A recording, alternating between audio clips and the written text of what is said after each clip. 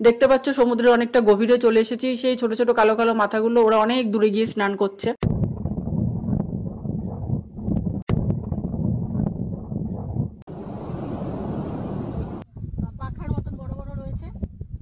Hello friends, কেমন আছো বন্ধুরা তোমরা?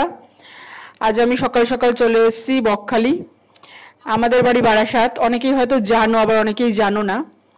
তো বারাসাত থেকে 100 সিসির বাইক HF ডিলাক্সে করে চলে এলাম বকখালি। এই 10:30টার দিকে পৌঁছেছি। এখন আমি সি বিচে রয়েছি। এখন একটু থাকবো, তোমাদেরকে সব কিছু শেয়ার করবো। কি দেখাচ্ছি, কি খাচ্ছি, কি করছি সবই তোমাদের সাথে শেয়ার করব। আর চলে আসো এবার একটু সি বিচের সমুদ্রের দিকে। এখন সমুদ্রে অনেকটাই চড়া পড়ে গেছে, মানে ভাটা আর কি, জোয়ার চলে গেছে। তো আসো আমরা এবার আস্তে আস্তে সমুদ্রের দিকে যাচ্ছি। আর তোমরা কে কে বকখালিতে এসেছো আমাকে কমেন্ট করে অবশ্যই জানাবে। বকখালি তোমাদের কেমন লাগে সেটাও আমাকে জানাতে ভুলবে না।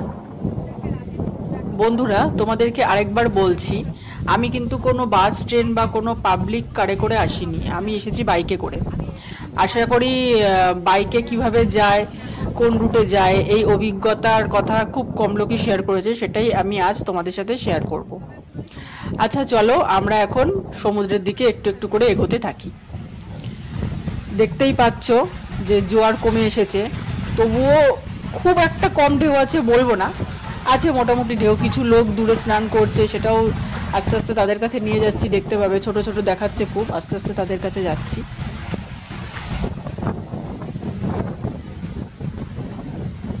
এবার আমরা সমুদ্রের দিকে আস্তে আস্তে হেঁটে চলেছি। এখন পূর্ণিমা হওয়ার কারণে, মানে ভরা কোটাল হওয়ার কারণে কিছুটা সমুদ্রে জল আছে, তবে ন্যাচারালি বকখালি একটু ঢেউ কম থাকে, মানে দীঘা পুরীর তুলনায় ঢেউটা কিছুটা কম হয় আর কি।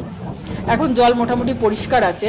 জোয়ারের সময় যে সামনের দিকে নদীটা থাকে ওইখানে অনেক খড়কুটো, বিভিন্ন রকমের কাঠ, এই সমস্ত নোংরা টোংরা ভেসে আসে, বাট এখন দেখো জল পুরো ক্রিস্টালাইন ক্লিয়ার, কারণ এটা সমুদ্রের পর্শন। তাই দূরে দূরে বিভিন্ন লোক স্নান করছে, দেখতে পাচ্ছ তোমরা। আস্তে আস্তে আমরা ভেতরের দিকেই চলছি। ওরে বাবা, এটা পায়ে কি জড়ালো?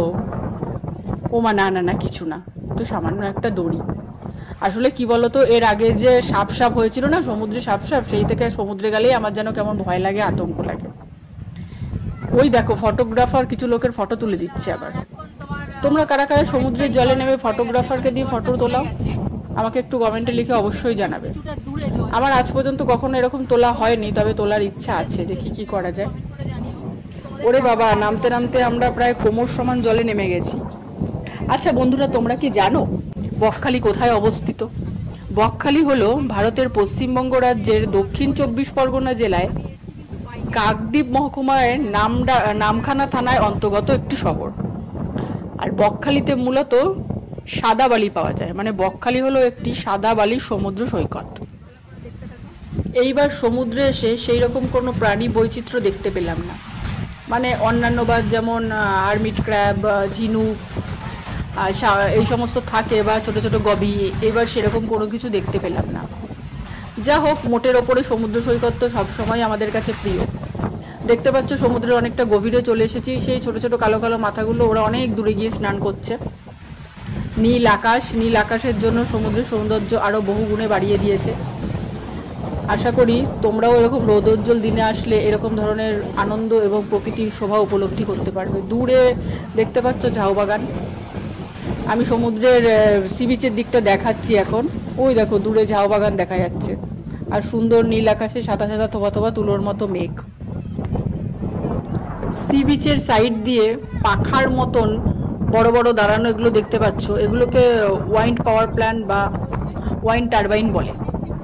এগুলো এখন ইনঅ্যাক্টিভ রয়েছে, আমফান এবং বিভিন্ন ঝড়ের প্রভাবে এগুলোর বিকল হয়ে গেছে। এগুলো দিয়ে অ্যাকচুয়াল বায়ুপ্রবাহকে বিদ্যুতে উৎপন্ন করা হয়। তো বিভিন্ন ঝড়ের জন্য সেগুলো দীর্ঘদিন ধরে নষ্ট হতে হতে আজ আর সেগুলো কাজ করে না। সি বিচের বিভিন্ন জায়গায় বিভিন্ন রকমের পাখি রয়েছে। এটা কি পাখি তোমরা কমেন্টে অবশ্যই জানিও, আমি এর নাম জানি না। অনেক স্নান দান হলো, এবার একটু সি বিচে হাঁটাহাঁটি করে নিলাম। আসলে অনেকক্ষণ বাইকে বসে আসার জন্য আর ভালো লাগছিল না, শরীরটাও খারাপ লাগছিল। এইবার আস্তে আস্তে হোটেলে যাওয়ার পালা। আমি প্রচণ্ড রোদের জন্য মাথায় গামছা দিয়েছিলাম, তোমরা এটাকে স্কিপ করে যেও, কিছু মনে করো না। যাই হোক, এবার আমরা আস্তে আস্তে হোটেলের দিকে ফিরে যাব। এবার সমুদ্র থেকে যাওয়ার পথে একটা ছোট নদীও পড়বে। নদী বলতে একটা আর কি জলের রেখা পর্যন্ত গেছে আর কি, জোয়ারের যখন ফুল থাকে ওটা আরও বেশি হয়। তো আমি স্ট্যান্ড থেকে বাইক নিয়ে যখন হোটেলের দিকে যাব তখন তোমাদের সাথে শেয়ার করব।